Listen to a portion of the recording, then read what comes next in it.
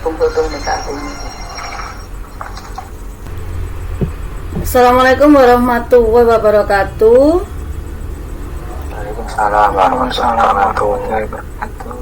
Terima kasih Bapak Ibu atas kesediaan waktunya untuk bergabung di dalam kegiatan pengimbasan budaya positif. Kegiatan ini dalam proses perekaman hingga beberapa menit ke depan. Selama kegiatan, mohon maaf, mikrofon bisa dinonaktifkan hingga saat nanti ada kesempatan untuk menjawab atau merespon begitu. Baik Bapak Ibu, langsung saja masuk pada materi.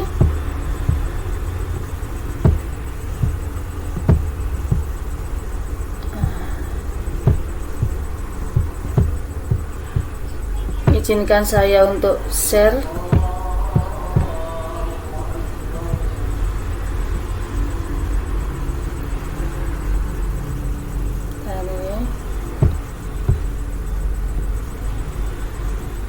Tidak keluar ini misalnya nih.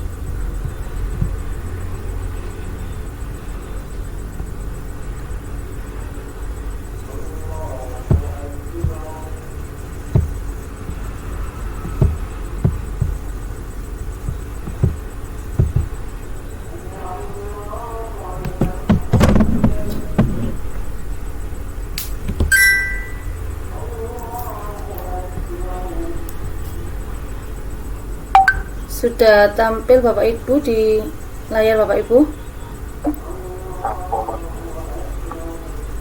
Sudah? Bapak Ibu? Keren Bu. Belum? Masih proses? masih belum video.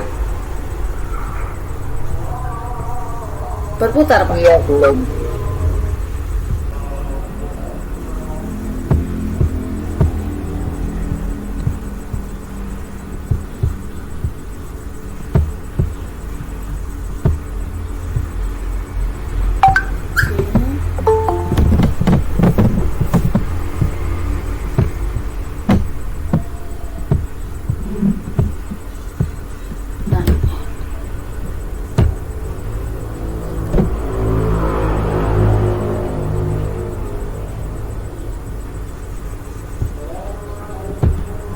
Sudah tampil Bapak Ibu?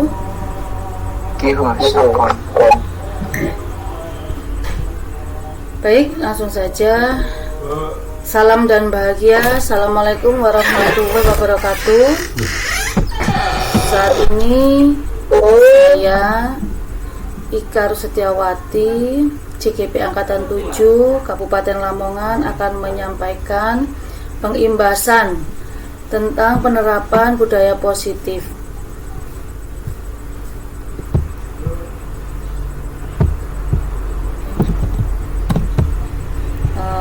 Pertama, Bapak Ibu, budaya positif ini dikembangkan oleh Andri Nurcahyani SPD MS, Dia Samsiati Rajasa MSc, Dr. Murti Ayu Wijayanti MPD.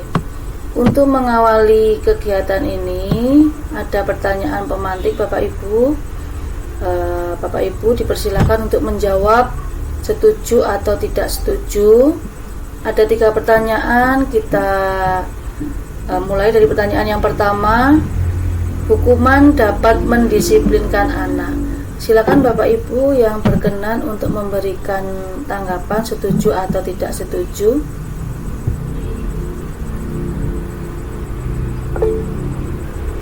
Baik, silakan Ibu Ari. Terima kasih Bu Ika atas waktunya. Assalamualaikum warahmatullahi wabarakatuh. Guru-guru hebat sekalian, saya ingin menanggapi kalimat yang nomor 1, hukuman dapat mendisiplinkan anak. Ya, saya setuju. Alasannya mengapa Ibu Ari? Alasannya kenapa? Ya, untuk mendisiplinkan anak, untuk membuat anak itu agar patuh sama aturan.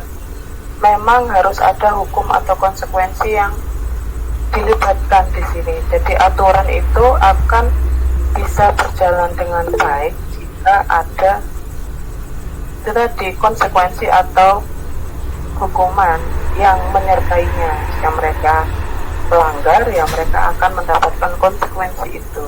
Seperti itu. Baik. Baik, terima kasih Bu Ari.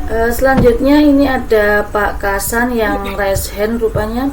Silakan Pak Kasan untuk memberikan tanggapan. Baik, terima kasih Bu Ika. Terkait hukuman dapat mendisiplinkan anak, tentunya saya sangat setuju.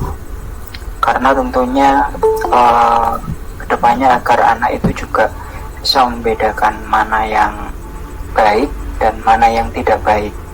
Karena kita sebagai fasilitator atau pendidik yang lebih tahu dulu tentang segala sesuatu hal yang mana yang baik dan mana yang tidak baik, maka kita perlu arahkan siswa untuk bisa membedakan itu. Jadi sebetulnya kalau misalkan dalam mengarahkan hal tersebut agar bisa terarah dan bisa membedakan mana yang baik, mana yang tidak, harus ada hukuman ketika dia melakukan sebuah kesalahan, gitu Bu Ika.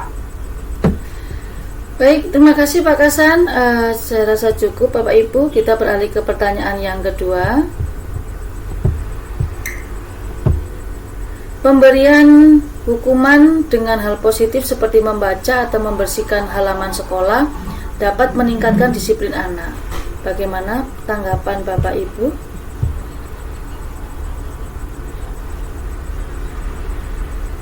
Silakan, mungkin dari salah satu. Ya, Bu Ari kembali, silakan Bu Ari. Pertanyaannya Bu, saya kontak lihat Bu. Sudah tampak di layar. Oke. Pemberian hukuman dengan hal positif seperti membaca atau membersihkan halaman sekolah dapat meningkatkan disiplin anak. Saya setuju kalau misalnya itu membaca. Tapi kalau membersihkan halaman sekolah, apalagi halaman sekolah SMA 1, itu luas sekali Ibu, pasti capek. Jadinya saya rasa jangan membersihkan halaman Ibu, membersihkan kelas saja. Baik. Ya, terima kasih Bu Ari, tanggapannya luar biasa. Langsung ke pertanyaan nomor 3 ya Bapak Ibu. Memberi penghargaan dapat meningkatkan motivasi belajar anak. Nah, ini mungkin yang seringkali Bapak Ibu lakukan di kelas begitu. Ternyata di sini muncul sebagai pertanyaan pemantik kita gitu ya. Apakah penghargaan itu memang benar adanya bisa meningkatkan motivasi belajar anak? Bagaimana tanggapan Bapak Ibu?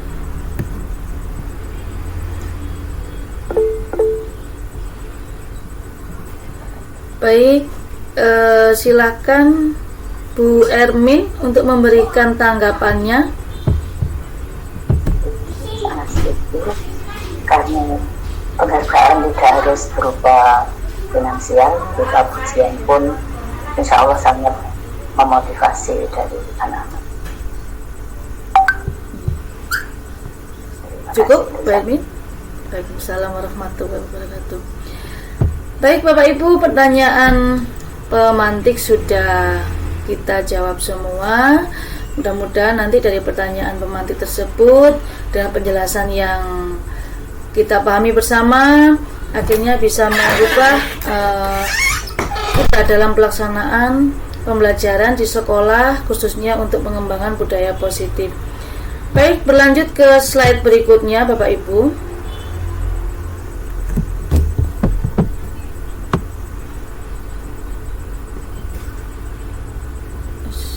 Sebentar.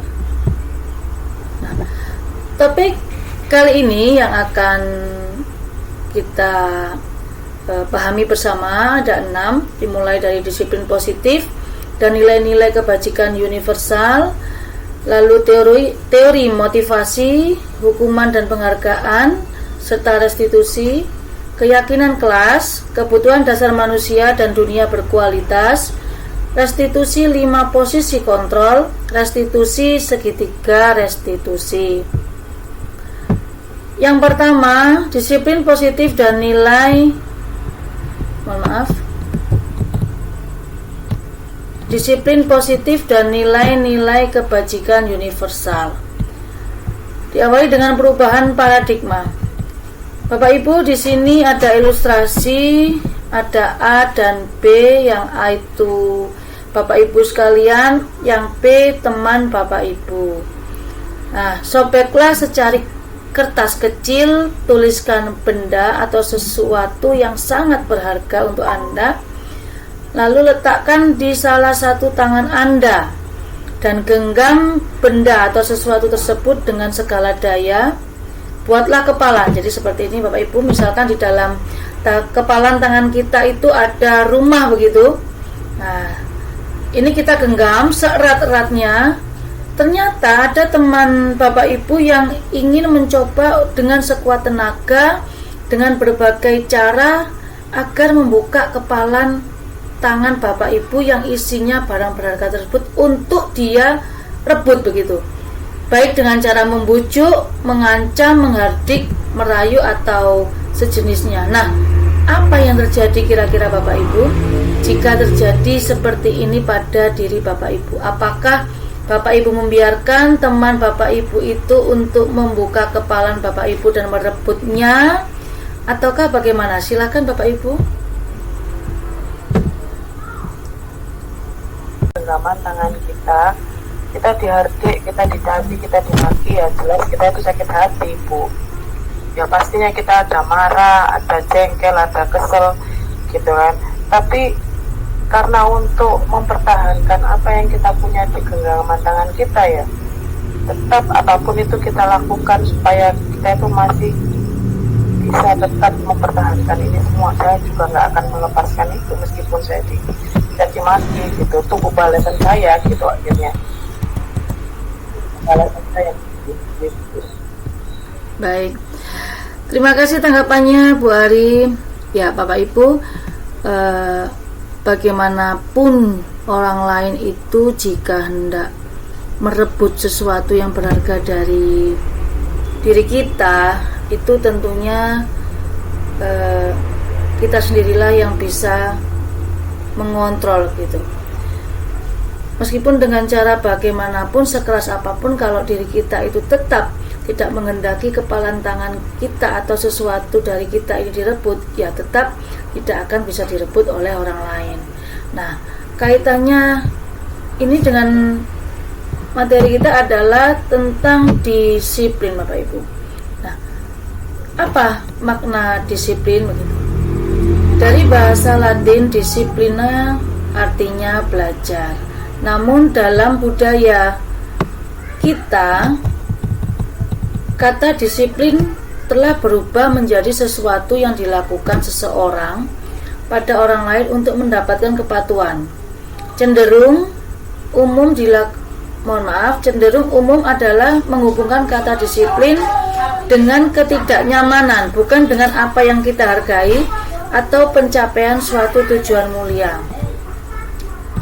Nah, disiplin juga erat kaitannya dengan nilai-nilai kebajikan universal. Setiap perilaku perbuatan yang kita lakukan itu memiliki tujuan Bapak Ibu. Jadi contohnya kita mau melakukan hal yang positif, tentunya ya dengan tujuan yang positif pula, seperti itu. Nilai-nilai kebajikan yang ingin dicapai oleh setiap anak Indonesia itu sebenarnya sudah kita kenal Bapak Ibu, yakni sekarang ini dengan istilah profil pelajar Pancasila.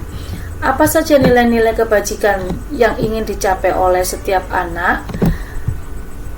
Yang pertama, beriman, bertakwa kepada Tuhan Yang Maha Esa, dan berakhlak mulia, mandiri, bernalar kritis, berkebinekaan global, bergotong royong, dan kreatif.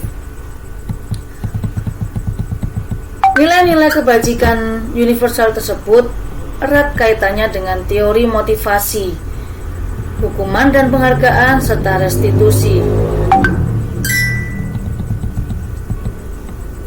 Teori motivasi perilaku manusia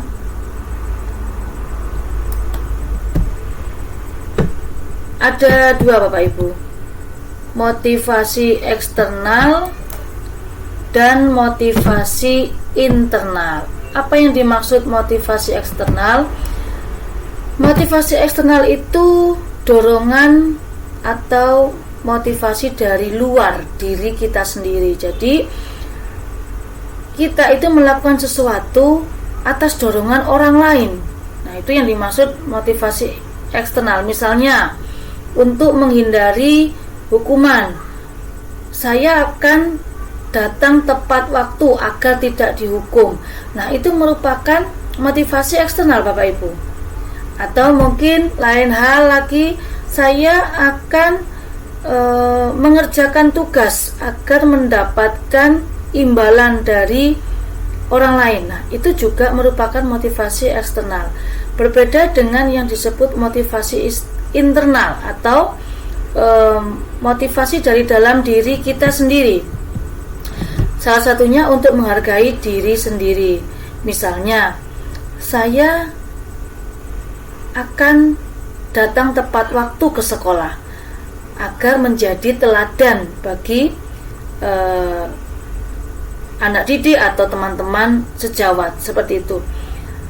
Saya akan melakukan hal baik agar saya menjadi pribadi yang baik. Itu merupakan motivasi internal Bapak Ibu.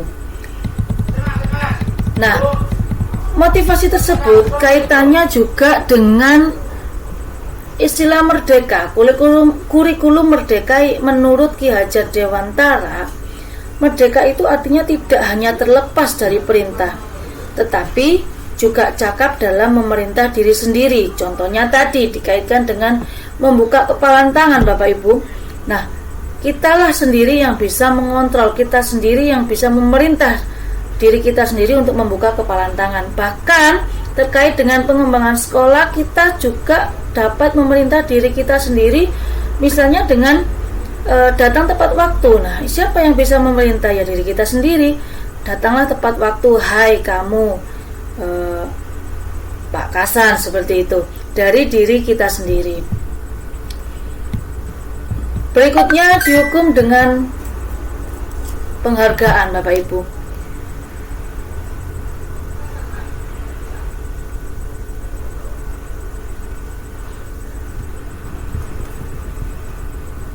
Mohon maaf sebentar. Baik, saya ulang kembali. Berikutnya dihukum oleh penghargaan. Nah, terkait dengan pertanyaan pemantik tadi Bapak Ibu, ternyata penghargaan itu akan berpengaruh jangka pendek dan juga bisa jangka panjang. Namun penghargaan ternyata juga bisa menghukum, mengurangi ketepatan, tidak efektif, merusak hubungan. Dapat juga menurunkan kualitas, mematikan kreativitas, mengurangi motivasi intrinsik. Mengapa bisa begitu? Ternyata dari penghargaan itu Bapak Ibu bisa mempengaruhi kualitas diri kita atau mungkin seseorang yang kita beri penghargaan. Contohnya, misalkan kita memberikan hadiah pada siswa begitu. Nah, siswa akan melakukan sesuatu itu karena inginnya mendapat penghargaan berupa hadiah. Jika sesuatu yang diharapkan tadi tidak didapatkan, maka siswa tersebut kualitasnya akan menurun Bapak Ibu. Karena siswa tersebut akan beranggapan, ternyata saya sudah melakukan namun tidak diberi juga hadiah, seperti itu. Bahkan bisa mematikan kreativitasnya. Nah, contohnya begini, jika siswa itu melakukan menulis puisi begitu, menulis puisi. Dengan menulis puisi yang hanya beberapa larik Bapak Ibu, kita sudah memberikan penghargaan berupa hadiah misalnya. Artinya dengan larik yang hanya jumlahnya sedikit, siswa sudah mendapatkan hadiah. Dia akan beranggapan kalau begitu saya tidak perlu menuliskan puisi dengan lirik yang jumlahnya banyak begitu. Sedikit saja sudah dapat hadiah. Nah, di sini yang dimaksud mematikan kreativitas dan mengurangi motivasi intrinsik. Gitu. Jadi siswa bisa saja tidak tumbuh motivasi intrinsiknya untuk melakukan hal positif gitu, karena mungkin penghargaan yang diharapkan tidak kunjung kita berikan. Nah, lalu bagaimana caranya Bapak Ibu? Caranya adalah dengan memberikan program kebajikan atau apresiasi. Nah, apresiasinya berupa apa?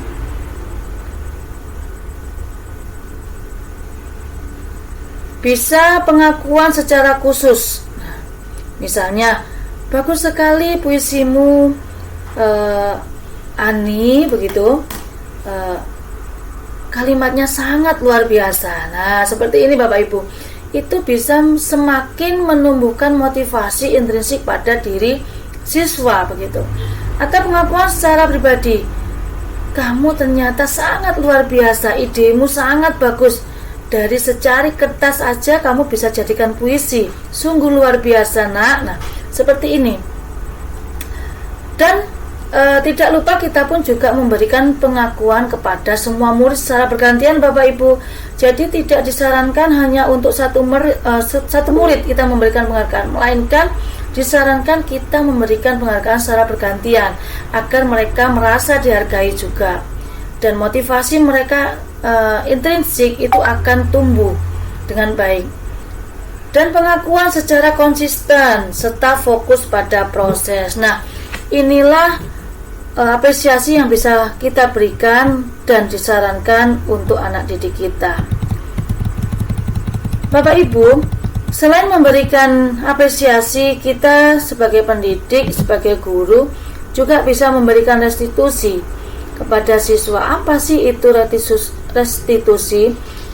Restitusi adalah proses menciptakan kondisi bagi murid untuk memperbaiki kesalahan mereka, sehingga mereka bisa kembali pada kelompok mereka dengan karakter yang lebih kuat. Restitusi juga merupakan proses kolaboratif yang mengajarkan murid untuk mencari solusi untuk masalah mereka dan membantu murid berpikir tentang orang seperti apa yang mereka ingin menjadi tujuan mulia dan bagaimana mereka harus memperlakukan orang lain. Nah, Bapak Ibu, restitusi ini disarankan untuk kita lakukan terhadap siswa yang mungkin melakukan kesalahan atau membutuhkan sesuatu solusi memecahkan masalah mereka begitu. Restitusi ini bentuknya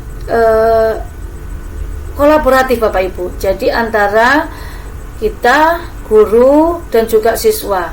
Nah, di sini dari kedua belah pihak itu mencari solusi untuk masalah mereka. Nah, nanti ada secuplik video Bapak Ibu yang bisa kita saksikan bersama bagaimana caranya melakukan restitusi pada siswa. Nah, salah satu tadi sudah restitusi Bapak Ibu. Yang berikutnya kita pun juga dapat menerapkan yang namanya keyakinan kelas untuk di budaya positif ini Bapak Ibu. Apa itu keyakinan kelas? Keyakinan kelas adalah suatu keyakinan yang kita bentuk di kelas untuk menciptakan budaya positif. Di sini ada lingkaran Bapak Ibu yang isinya peraturan kelas, keyakinan kelas, lingkungan positif dan positif. Apa maksudnya? Kalau biasanya kita kenal atau kita bentuk dengan peraturan kelas. Nah, kali ini di dalam penerapan budaya positif itu lebih disarankan kepada keyakinan kelas. Mengapa tidak peraturan kelas Bapak Ibu? Karena peraturan kelas itu identik dengan sesuatu yang tidak nyaman dan hukuman gitu. Jadi anak harus melakukan ini, jika tidak dia akan mendapatkan hukuman seperti ini. Nah, seperti itu. Namun berbeda dengan yang namanya keyakinan kelas. Keyakinan kelas ini lebih diarahkan kepada siswa itu meyakini dia melakukan sesuatu agar kelasnya nyaman seperti itu, agar kegiatan pembelajaran di kelas berjalan dengan lancar.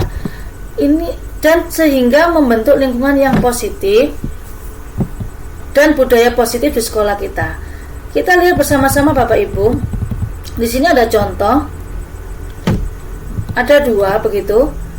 Sama-sama kesepakatan kelas, namun ada yang sekilas ini kesepakatan kelas, namun sebenarnya ini merupakan peraturan begitu. Dari sebelah kanan dan kiri kita lihat kalimatnya, datang tepat waktu dan mengucapkan salam.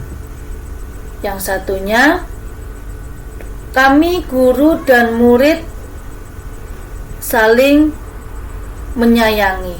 Nah, kalau datang tepat waktu dan mengucapkan salam ini Bapak Ibu, sering kita dengar atau mungkin sudah kita lakukan sebagai peraturan begitu.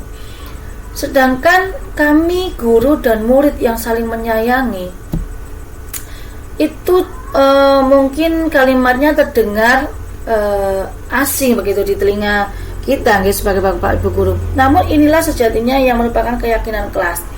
Jadi dengan saling menyayangi, kita akan datang tepat waktu sehingga pembelajaran bisa berjalan dengan lancar, dengan waktu yang sudah ditentukan, seperti tidak ada yang dirugikan. Nah, di sini yang dimaksud dengan saling menyayangi.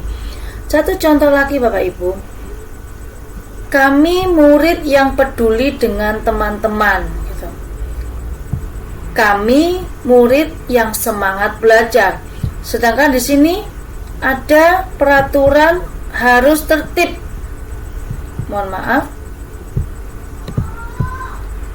Menjaga kebersihan sekolah. Nah, harus tertib, aktif dalam pembelajaran. Ini juga sebenarnya sama dengan keyakinan kelas atau kesepakatan kelas, kami murid yang semangat belajar gitu. Jadi dengan semangat belajar, ya kita selalu melakukan hal-hal yang positif, misalnya aktif dalam pembelajaran, menjawab, merespon setiap pertanyaan yang diberikan Bapak Ibu guru, mengerjakan tugas yang diberikan dengan baik begitu. Tidak ramai, tidak bicara sendiri saat guru menjelaskan. Nah, inilah yang dinamakan keyakinan atau kesepakatan kelas Bapak Ibu. Nah, sebenarnya keyakinan kelas itu dibentuk untuk apa? Menumbuhkan rasa tanggung jawab, menghormati orang lain, berkomitmen, keselamatan, kesehatan, bersabar, dan keamanan, baik dari guru maupun dari siswa. Jadi kesepakatan kelas atau keyakinan kelas itu Bapak Ibu kita bentuk bersama dengan siswa, bukan atas kemauan Bapak Ibu guru sendiri atau mungkin kemauan siswa sendiri, tidak, melainkan atas kesepakatan bersama. Begitu Bapak Ibu. Nah, keyakinan kelas juga akan dapat memenuhi kebutuhan dasar manusia dan dunia berkualitas Bapak Ibu. Jadi di sini sebenarnya dari diri siswa itu masing-masing memiliki kebutuhan dasar yang berbeda Bapak Ibu. Ada kebutuhan dasar kasih sayang dan rasa diterima, penguasaan, kebebasan, kesenangan, dan semuanya ini dilakukan untuk bertahan hidup Bapak Ibu. Satu contoh di kelas mungkin sering kita jumpai siswa bermain HP gitu ya, bermain gadget. Nah, kita sebagai pendidik mungkin selama ini yang kita lakukan adalah langsung menegur. Di dalam penerapan budaya positif Bapak Ibu, hal ini tidak disarankan, melainkan kita disarankan untuk menggali dulu kebutuhan dasar apa yang siswa ini butuhkan, sehingga siswa tersebut bermain HP di kelas atau bermain gadget. Nah, HP itu kan atau gadget itu adalah satu perangkat untuk hiburan begitu. Nah, kemungkinan si anak ini atau siswa ini kebutuhan dasar kesenangannya belum terpenuhi Bapak Ibu. Nah, kewajiban kita sebagai Bapak Ibu guru itu memenuhi kebutuhan dasar siswa tersebut terkait dengan kesenangan. Misalnya kita ajak dengan bermain dalam pembelajaran gitu ya, jadi belajar sambil bermain, nah seperti itu, sehingga mereka melupakan gadgetnya saat pembelajaran Bapak Ibu, dan kebutuhan dasarnya juga akan terpenuhi. Mereka senang, mereka tidak beralih ke HP, tapi mereka beralih ke pembelajaran yang menyenangkan, seperti itu Bapak Ibu. Nah, kaitannya dengan posisi kontrol seorang guru, kita disarankan untuk memperhatikan 5 posisi kontrol. Apa saja itu Bapak Ibu? Yang pertama, posisi kontrol pembuat orang merasa bersalah. Ini sangat tidak disarankan. Dengan kalimat-kalimat yang mungkin pernah kita ucapkan, saya kecewa sekali dengan kamu. Nah, ini tidak disarankan Bapak Ibu, karena akan membuat siswa tersebut akan merasa bersalah. Untuk posisi kontrol yang kedua, sebagai posisi kontrol penghukum. Mungkin kalimat yang kita ucapkan, kamu tidak pernah benar melakukannya. Nah, kalimat seperti ini ternyata itu bisa membuat siswa ini merasa terhukum gitu Bapak Ibu, dan tidak disarankan dalam penerapan budaya positif ini. Untuk posisi yang berikutnya, posisi kontrol sebagai teman. Ayolah lakukan demi ibu dan bapak. Nah, Bapak Ibu, posisi sebagai teman ini baik memang, tapi juga ada sisi negatifnya. Karena terkadang siswa kita itu kalau sudah kita anggap teman, itu mohon maaf, dari segi bicara pun itu biasanya yang menganggap kita sebagai teman. Akhirnya ada tersirat ketidaksopanan begitu dari sikapnya, dari cara ucapnya. Nah, ini yang membahayakan juga Bapak Ibu, baik bagi Bapak Ibu maupun bagi siswa tersebut. Nah, sehingga untuk teman mungkin tidak terlalu sering kita lakukan begitu Bapak Ibu. Yang berikutnya sebagai pemantau. Sebagai pemantau bisa kita ucapkan dengan kalimat atau pernyataan-pernyataan, apakah kamu mau mendapatkan stiker bintang hari ini? Nah, untuk memantau ini mungkin selama ini bisa mohon maaf pernah kita lakukan Bapak Ibu. Tapi di dalam penerapan budaya positif, untuk memantau ini boleh dilakukan. Namun yang lebih baik adalah kita berposisi atau di dalam posisi kontrol manajer Bapak Ibu. Kenapa disarankan sebagai manajer? Karena di dalam manajer itu Bapak Ibu sebagai seorang pendidik yang mengontrol, yang mengolah semua kegiatan pembelajaran, bahkan sampai mampu atau dapat menyelesaikan masalah siswa Bapak Ibu gitu. Jadi membantu mengarahkan mereka untuk mencari solusi, memecahkan masalah. Di sinilah yang diharapkan posisi kita sebagai manajer Bapak Ibu. Baiklah Bapak Ibu, berikut kita saksikan penayangan video penggambaran 5 posisi kontrol. Silakan disimak. Salam bahagia Ibu dan Bapak guru hebat. Dalam penerapan disiplin positif restitusi, salah satu program yang dikembangkan adalah 5 posisi kontrol. 5 posisi kontrol dalam restitusi adalah proses perjalanan seorang pendidik agar dapat mengenali dirinya. Pada video kali ini, kita akan membahas tentang 5 posisi kontrol yang dikembangkan oleh Diane Gosson dan contoh penerapannya.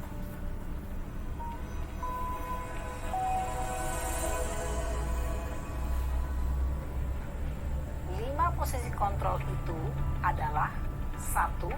Posisi penghukum.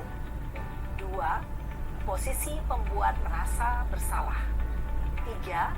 Posisi teman. 4. Posisi pemantau atau monitor. Dan 5. Posisi manajer. Untuk lebih memahami kelima posisi tersebut, Mari kita saksikan kasus Naren yang terlambat hadir 20 menit di sekolah dan melihat bagaimana kelima posisi kontrol dalam menghadapi masalah tersebut.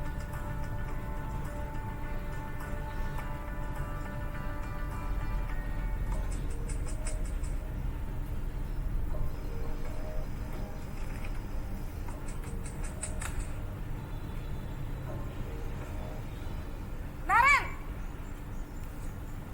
Sini kamu!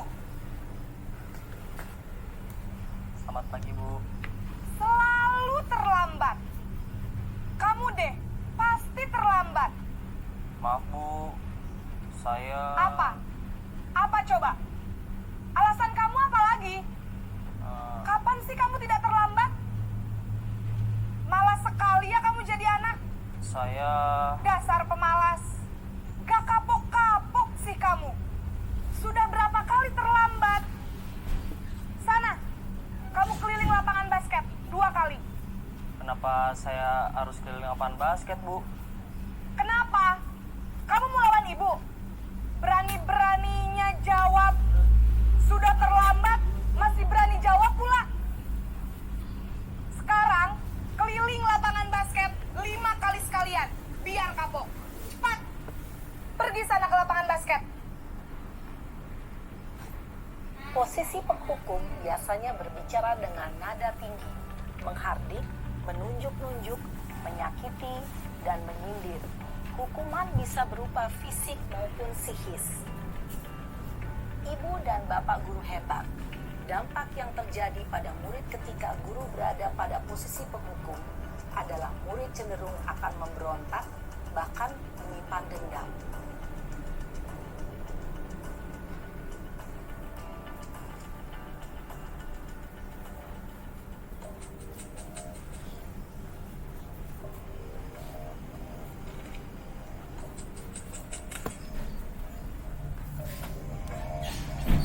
Naren!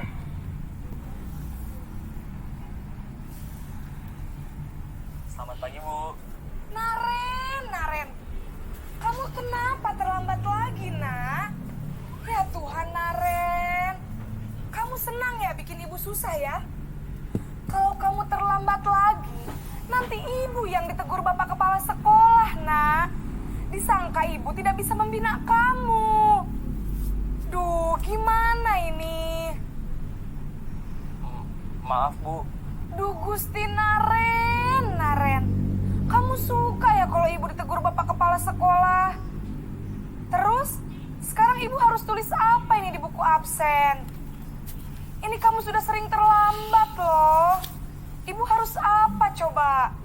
Maaf, Bu. Maaf sekali. Ya sudah, lain kali jangan bikin ibu susah lagi ya, nak ya. Ibu tidak akan kuat lagi kalau kamu begini terus. Bisa jantungan kalau ibu ditegur bapak kepala sekolah. Sana cepat ke kelas. Maaf ya, Bu. Maaf sekali. Posisi pembuat rasa bersalah berbicara dengan nada tenang, cenderung lembut.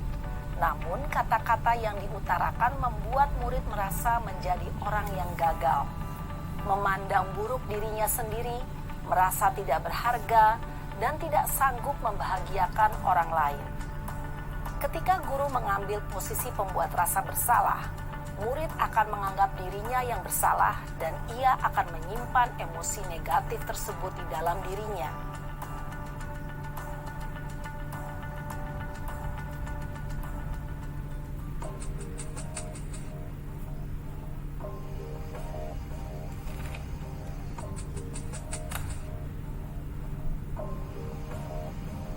Naren!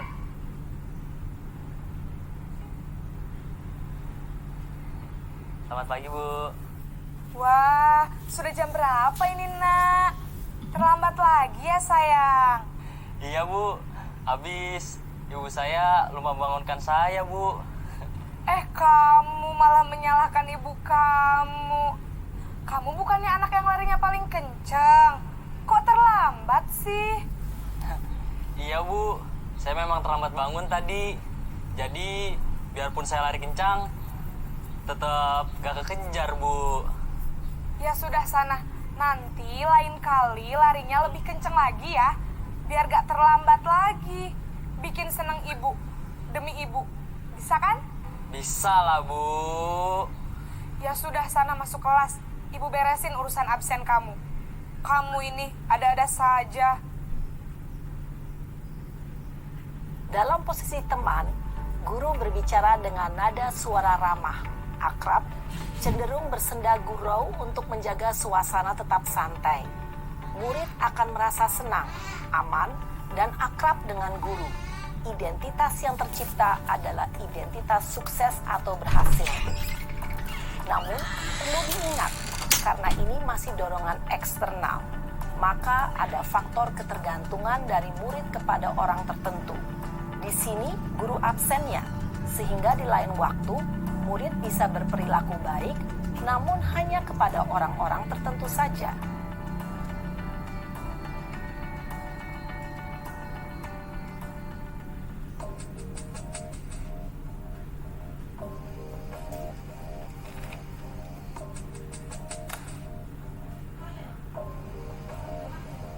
Naren!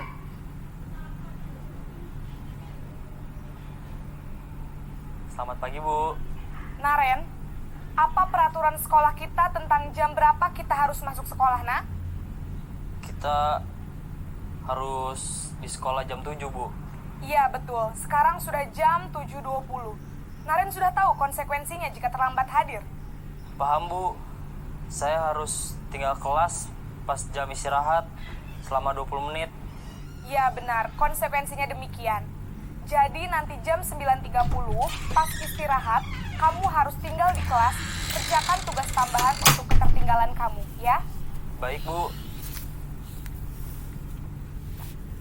Posisi pemantau mengandalkan penghitungan atau data untuk mengontrol murid. Guru mengarahkan murid berdasarkan peraturan dan konsekuensi. Seorang pemantau menunjukkan bahasa tubuh dan ekspresi wajah yang datar dan cenderung formal.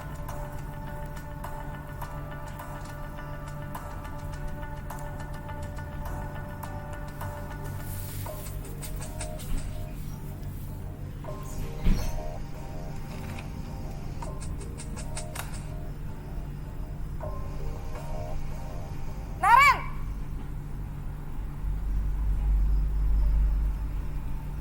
Selamat pagi, Bu.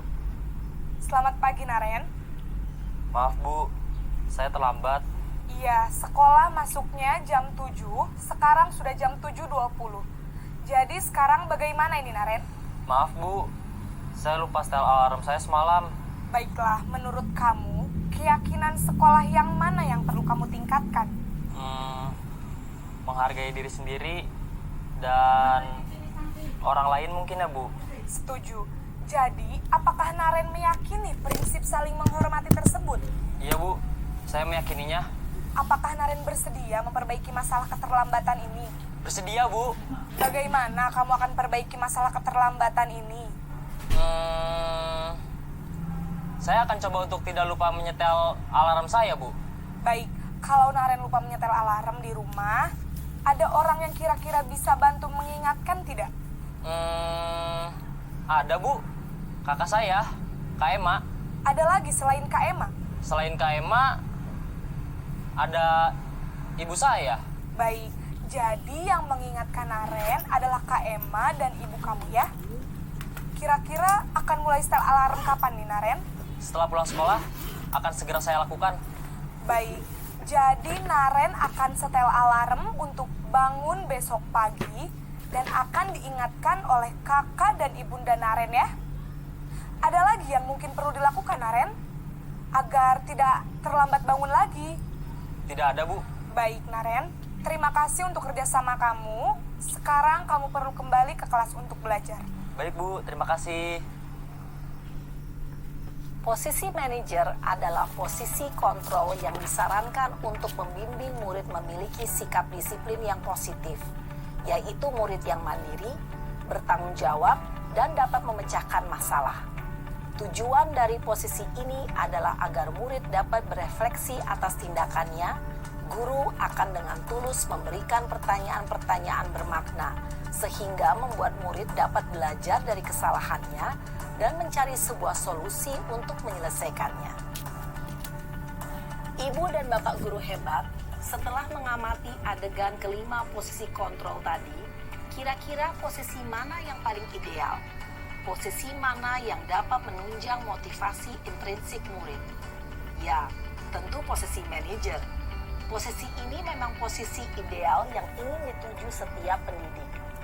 Pada posisi inilah, guru dapat menerapkan disiplin positif yang berpihak pada murid, yang memerdekakan murid. Baiklah Bapak Ibu, untuk materi selanjutnya yakni segitiga restitusi. Disinilah penerapannya yang disebut segitiga restitusi.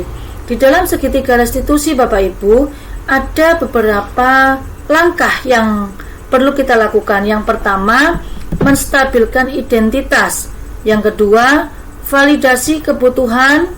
Lalu yang terakhir, menanyakan keyakinan. Nah, Bapak Ibu, kalimat-kalimat yang bisa kita sampaikan pada siswa terkait segitiga restitusi ini di masing-masing langkah adalah untuk menstabilkan identitas, bisa menyampaikan pernyataan setiap orang pasti pernah melakukan kesalahan, atau mungkin kamu bukan satu-satunya yang pernah melakukan ini, begitu. Di dalam validasi kebutuhan ada kalimat yang bisa kita sampaikan Bapak Ibu. Kamu tentu punya alasan anak-anak mengapa melakukan itu. Atau mungkin dengan kalimat, adakah cara yang lebih efektif untuk mendapatkan apa yang kamu butuhkan? Nah, setelah melakukan validasi kebutuhan untuk memenuhi kebutuhan mereka, kita menanyakan keyakinan Bapak Ibu dengan kalimat-kalimat seperti ini. Misalnya, nilai-nilai apa yang telah kita sepakati anak-anak, seperti itu. Atau kamu ingin menjadi orang yang seperti apa? Nah, dari keyakinan yang kita sepakati bersama, itu lebih dapat membuat siswa ini merasa diperhatikan, dihargai, sehingga akan menumbuhkan motivasi secara intrinsik. Begitu dia akan berbuat lebih baik dan akan membantu siswa tersebut untuk kembali ke kelompoknya, begitu Bapak Ibu. Nah, di sini saya tayangkan cuplikan video Bapak Ibu terkait penerapan segitiga restitusi. Semoga dari penayangan video ini dapat lebih mudah kita pahami bagaimana penerapan budaya positif terkait segitiga restitusi yang mungkin bisa kita lakukan pada siswa kita.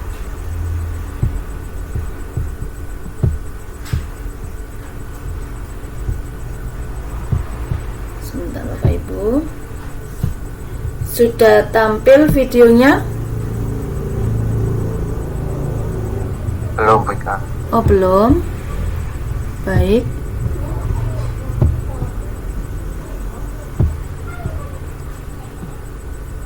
Sebentar, saya ini dulu. Oke.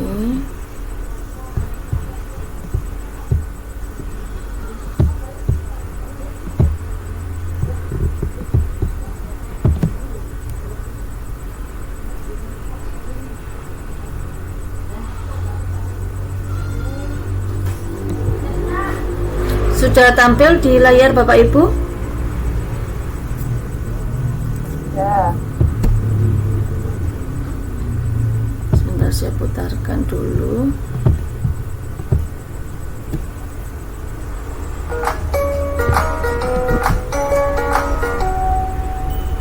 Salam dan bahagia Ibu dan Bapak guru hebat. Ibu dan Bapak guru, berikut ini akan ditunjukkan bagaimana seorang guru berada dalam posisi manajer menggunakan penerapan segitiga restitusi.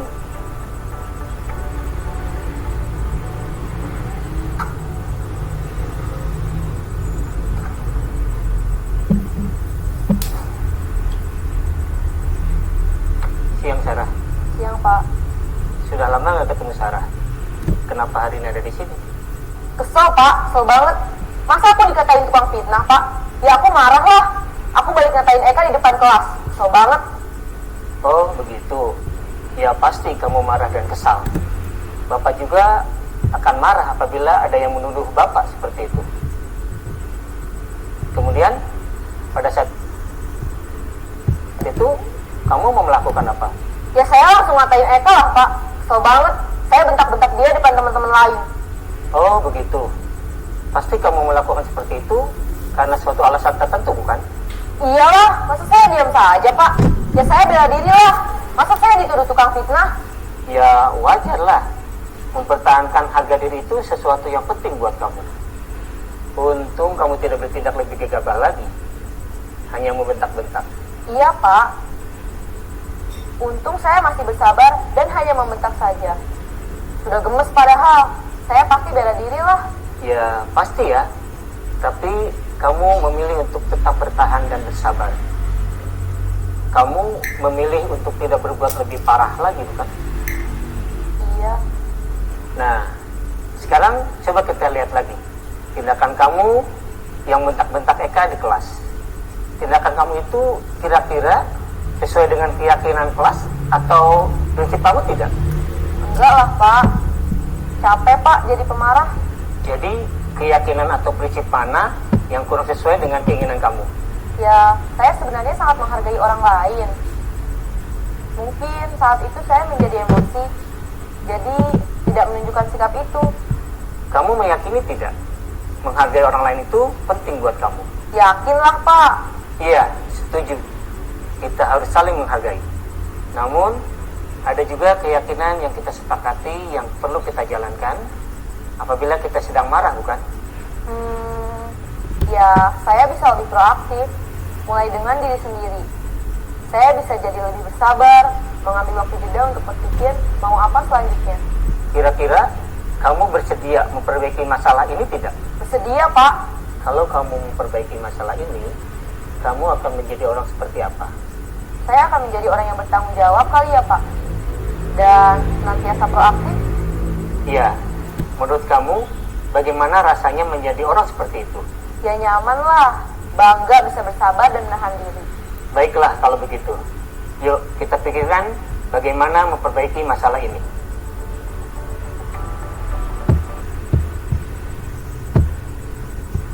Nah, Bapak Ibu, dengan berakhirnya penayangan video penerapan segitiga restitusi, berakhir pula kegiatan pengimbasan pemahaman budaya positif